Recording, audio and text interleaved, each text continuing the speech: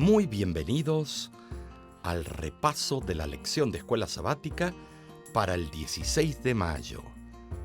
Yo soy el pastor Omar Grieve, director de La Voz de la Esperanza. Y hoy comenzamos con el título de esta semana, Idiomas, Texto y Contexto. El versículo que leeremos al comienzo se encuentra en Deuteronomio 31:26. Tomad este libro de la ley y ponedlo al lado del arca del pacto de Jehová, vuestro Dios, y esté allí por testigo contra ti. Recuérdense que había dos leyes: la ley moral, que se encontraba dentro del arca del pacto, los 10 mandamientos, y luego la ley de Moisés, escrita en pergaminos que se ponían al lado del arca. El autor de esta lección nos da algunos detalles. Por ejemplo, se hablan más de 6.000 idiomas en el mundo actualmente. La Biblia completa se ha traducido a más de 1.500 idiomas. Y el Nuevo Testamento, o alguna porción, se tradujeron a más de 2.500 idiomas. Esos son muchos idiomas, pero, dice el autor, que al mismo tiempo todavía es menos de la mitad de los idiomas que se conocen en el mundo. Se estima que 1.5 billones de personas no cuentan con la Biblia completa, traducida a su lengua materna. Si bien todavía hay mucho por hacer, dice el autor de esta lección, los esfuerzos de las sociedades bíblicas garantizan que 6.000 millones de personas, o sea, 6 billones, pueden leer las Escrituras. ¡Ay, qué hermoso es esto! ¿Se recuerdan? Dice Mateo capítulo 24, versículo 14, y será predicado el evangelio del reino eterno a toda tribu, nación, lengua y pueblo. ¡Oh, esto es tremendo! Vemos en el libro de Daniel, capítulo 12, del 1 al 4, vemos cómo sigue la línea de pensamiento. Dice allí que en el tiempo del fin el conocimiento aumentaría. ¿De qué? No solo de la ciencia, sino de la palabra de Dios. ¿De qué manera? La arqueología, el entendimiento de las lenguas muertas. Entonces tenemos todo este paquete, gracias a Dios. Como no se conocía la imprenta, las copias de las Biblias eran hechas, la escribían a mano, eran muy costosas, solo los ricos la podían tener. Y se escondían estas copias porque era perseguida. Usted podía terminar en la hoguera si tenía una copia de la Biblia. Entonces, vemos nosotros que algo aconteció. Durante ese tiempo, el pueblo común no conocía la Biblia. Era un libro místico.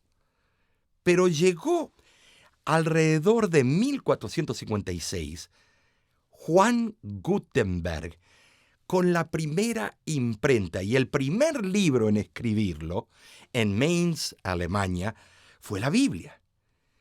¡Qué hermoso! Esto nos da a nosotros un aliciente, una alegría, que durante ese tiempo el pueblo común, aunque no conociera, ahora había una máquina. Ahora Dios había abierto las puertas para que este libro llegue a todas partes del mundo.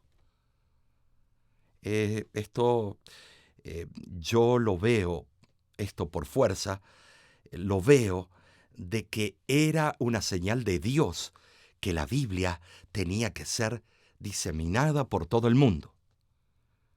Las verdades iluminadoras y salvadoras fueron ocultadas en gran medida por los errores, las supersticiones y la apostasía de la Edad Media. Pero Dios dijo: un momento, les voy a dar el conocimiento de la imprenta.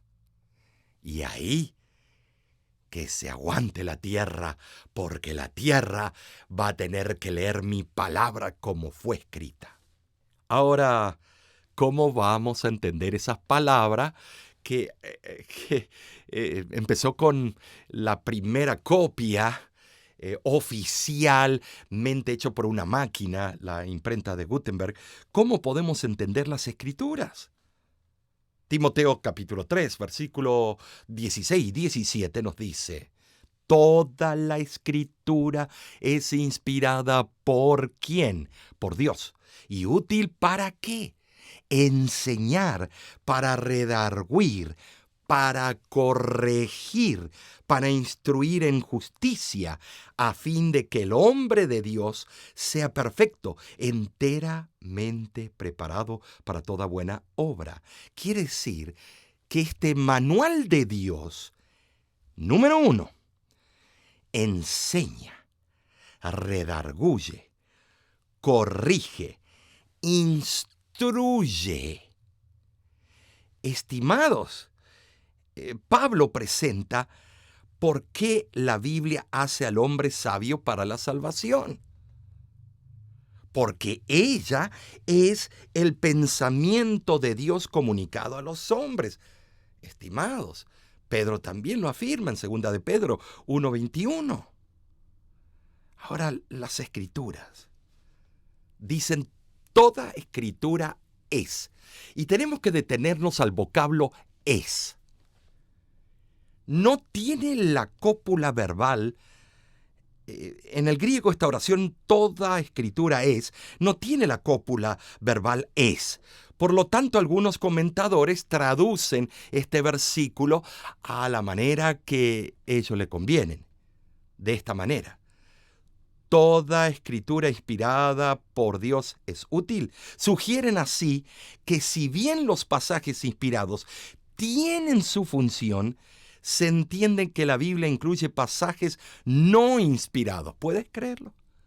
El texto griego permite colocar el verbo es en una u otra parte, pero ellos no quieren incluir es. Lo quitan, porque dicen que en el original no estaba. Un eminente erudito moderno, C.F.D. Moule, argumenta diciendo que este pasaje muy difícilmente podría significar toda Escritura inspirada sin la palabra es. Y es mucho más probable que signifique el conjunto de la Escritura es inspirada. Él lo escribió en el libro Idiom Book of New Testament Greek, página 95. La Biblia se escribió como testimonio de la obra de Dios en toda la historia, cumplida y no cumplida. ¿Por qué? Porque es para instruirnos, para redimir aquel hombre o mujer que ha caído en el fango del pecado. Así como redimió al pueblo de Israel de Egipto, Él quiere redimirnos a nosotros. Pero ¿por medio de cuál manera? Es el manual por excelencia, la Biblia. Dios nos ha dado a nosotros en la lengua materna, el hebreo, luego el arameo y luego el griego, la posibilidad de traducirla, y no solamente traducirla, sino entender para poder traducirla. Estimados, en el auge de la cultura griega, hubo una oportunidad extraordinaria para que el Nuevo Testamento se comunicara a través del idioma universal, porque los idiomas universales en el tiempo del Imperio griego y romano, noten esto, hubo un intercambio de lenguas. Sabemos que cuando estaba el Imperio romano, los cultos seguían hablando griego y el idioma del pueblo era el latín. Así que necesitamos nosotros tomar la Biblia y las palabras en ella y sus significados en forma seria y eficaz. En todos los idiomas hay palabras que tienen un significado tan rico, pero después tú lo traduces a otro o haces un chiste en un idioma y vas a otro idioma con el mismo chiste y no tiene sabor. Así pasa con las traducciones. Por eso, el haber traducido la Biblia las palabras y sus significados, tiene que ser en sí una inspiración de Dios, tiene que haber el Espíritu Santo hecho un milagro para que cuajen los sentidos, la etimología de las palabras con el hebreo original, el griego original y el arameo original. Tenemos algunos buenos ejemplos en el Antiguo Testamento. La lección tiene dos de ellos. La primera es la palabra hebrea chesed, misericordia. Es una de las palabras más ricas, profundamente impresionantes. ¿Por qué? Porque además de ser misericordia, está diciendo chesed que es grande misericordia. Y esto lo podemos ver en diferentes versículos. Fíjate en 1 Reyes 3:6. Gran misericordia, chesed, a tu siervo David. Tú le has reservado esta tu gran misericordia, chesed. Él enviará su misericordia, chesed, o sea, misericordia, y su verdad, Salmo 57:3. Podemos leer en Miqueas 7:20, la verdad a Jacob y a Abraham la misericordia, chesed. ¿Se dan cuenta? Vemos el diferente uso de la misma palabra chesed en el hebreo y lo que trata de hacer con estos tres ejemplos. Todas las tres veces que se lo usa es misericordia, pero está relacionada con otras palabras y otras situaciones. La palabra hebrea shalom, que todo el mundo lo conoce, cantamos coritos. Shalom Harebin. ¿Ustedes se acuerdan los coritos? Shalom, shalom. Coritos que se derivan de la experiencia de los judíos. La palabra shalom es una de las más famosas, porque se traduce en la forma de paz, pero también se puede traducir en tres sentidos diferentes: totalidad, integridad y bienestar. Estos son los significados de shalom: paz, totalidad, integridad y bienestar. ¿Te das cuenta? La misma palabra. Pero si vemos, al traducir, no se eligieron las otras interpretaciones como totalidad, integridad y bienestar, sino paz. Esa era la traducción que se necesitaba para el español, para el inglés, para los idiomas modernos. Nosotros encontramos en Números 6, 24, 26 de vuelta la palabra shalom, pero lo pone como un regalo de Dios. El hebreo es muy interesante, porque cuando se traduce con el contexto y el texto inmediato, la misma palabra puede tener aplicaciones diferentes. Podemos hablar de tal vez las palabras compuestas o la frase.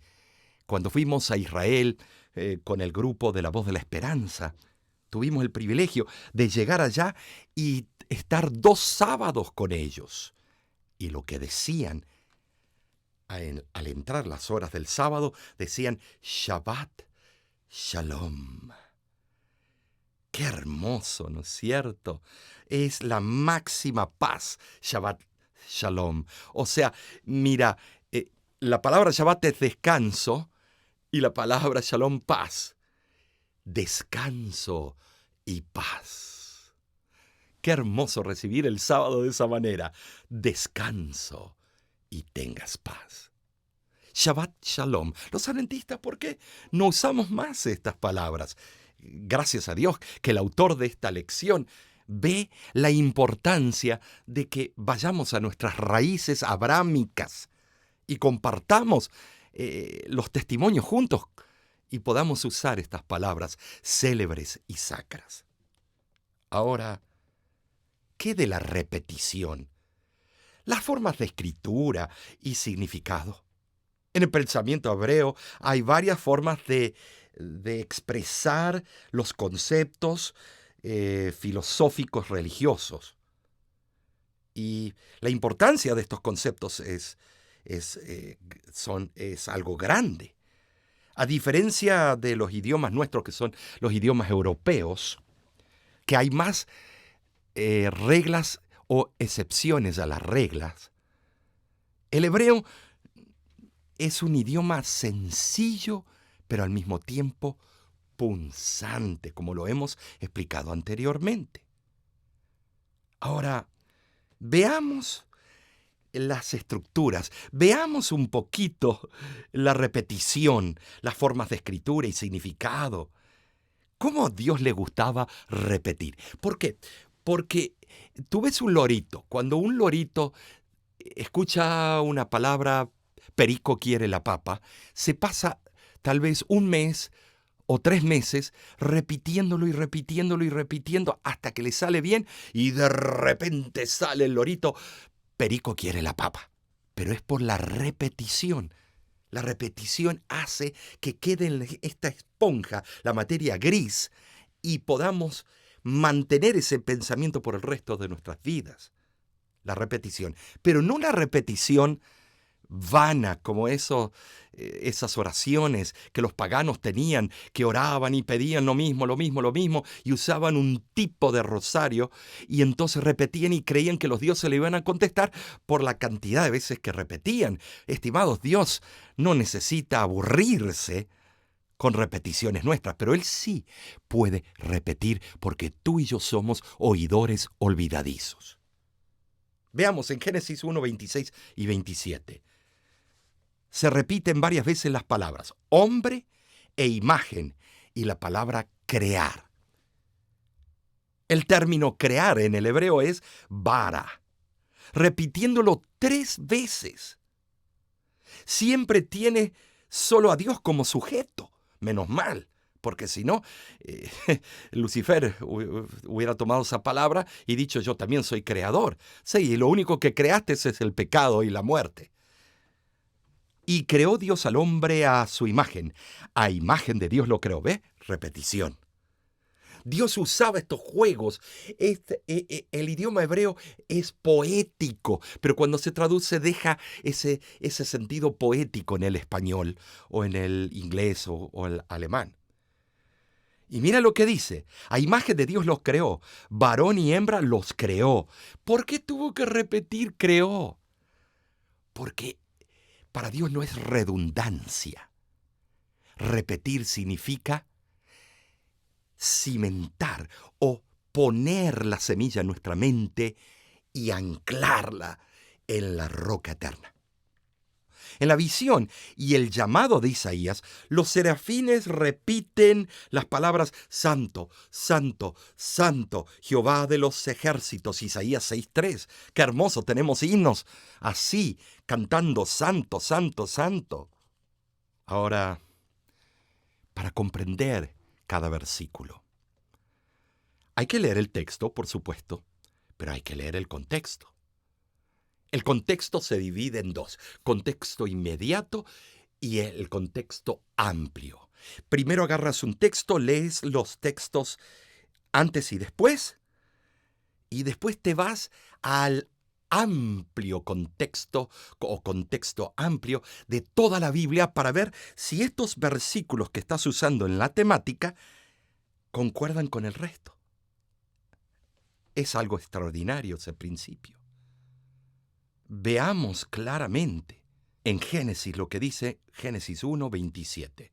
Y creó Dios al hombre a imagen de Dios lo creó, varón y hembra los creó.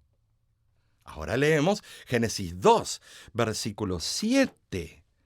Entonces Jehová Dios formó al hombre del polvo de la tierra. ¿Ve? Dice lo mismo, pero da 2 nuevos ingredientes. Polvo de la tierra.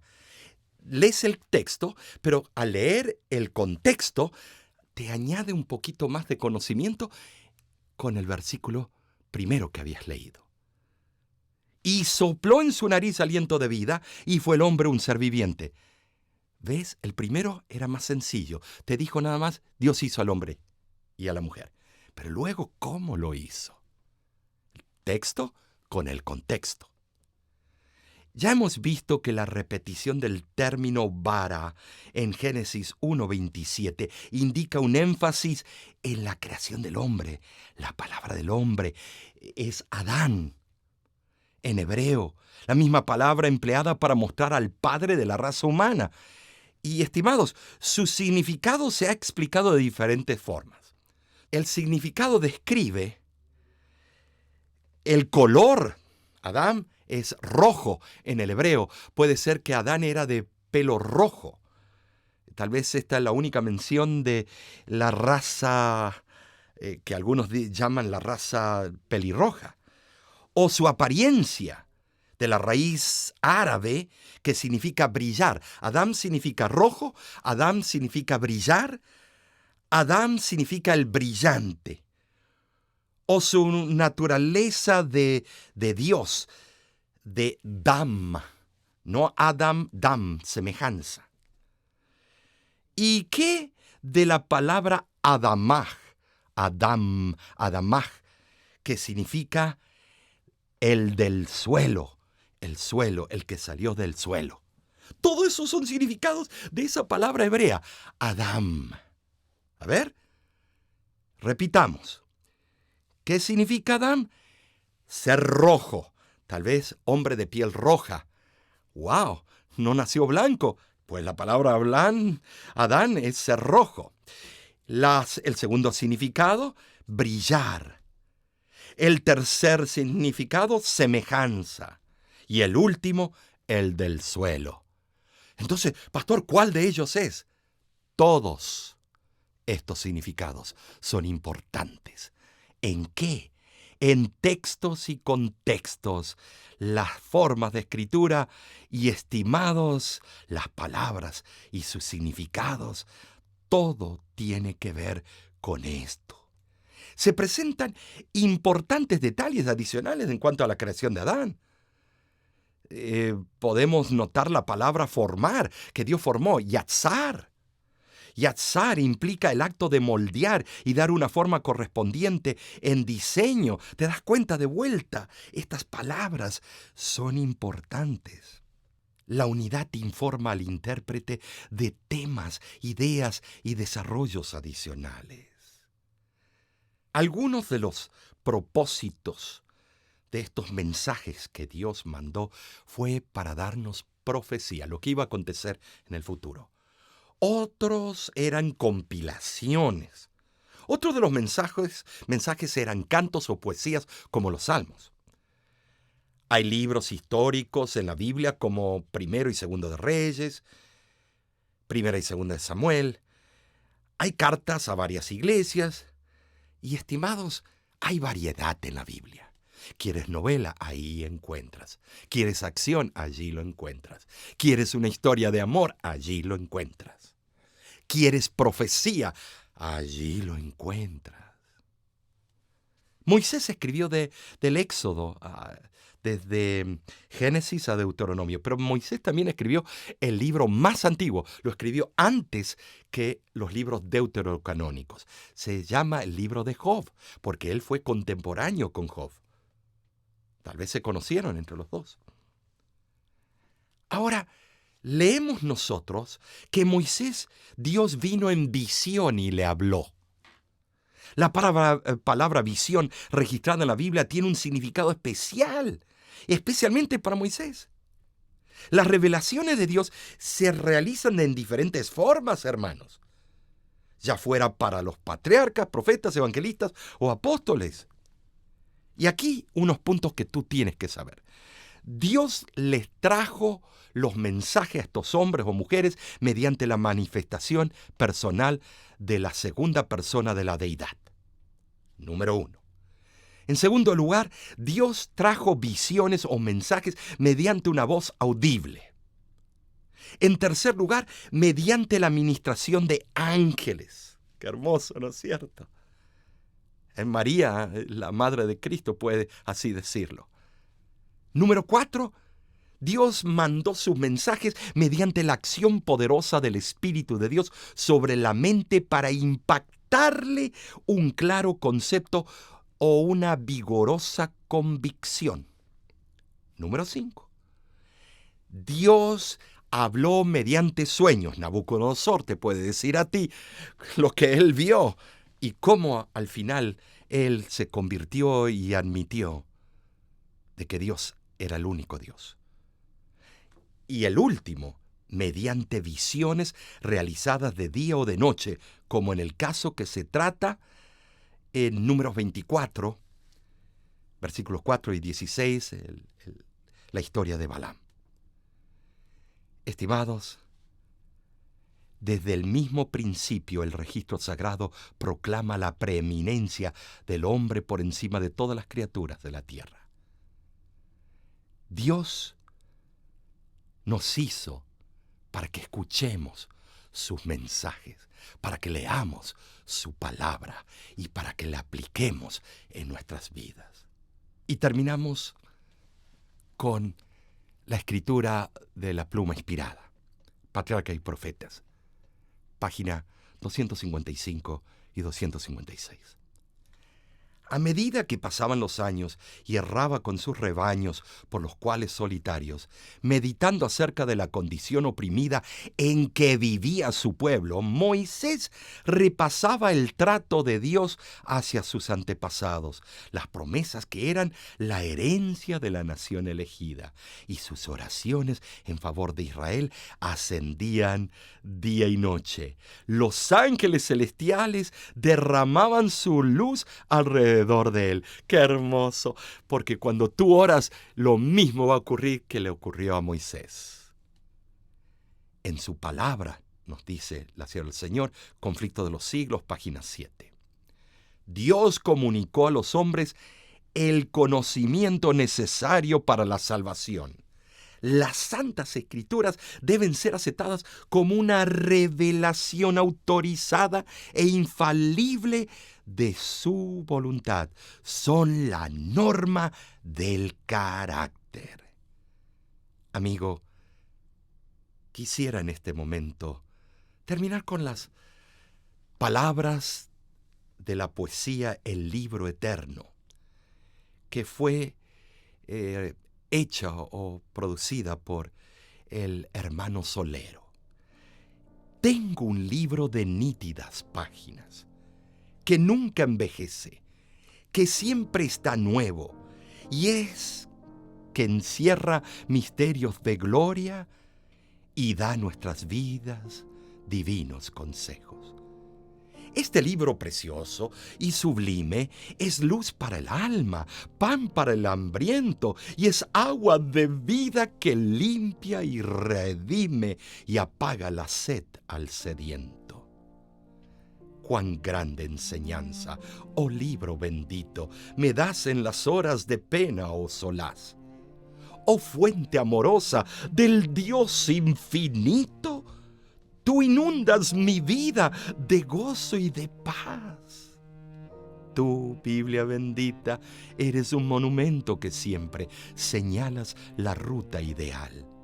Tú eres la palabra cuyo fundamento descansa en la fuerza del Dios eternal. Ay, libro hermoso, pues por las edades de un siglo a otro siglo permanecerás, aunque el hombre indigno con sus falsedades pretenda ignorar tu eterna verdad. De nuestra parte, te invitamos que sintonices y te unas con nosotros la próxima semana al estudiar el nuevo repaso de la lección. Únete a nuestro canal de YouTube e invita a otros a hacer lo mismo. Y de nuestra parte, te digo a ti y a los tuyos, Dios te ama y que Dios te bendiga ricamente.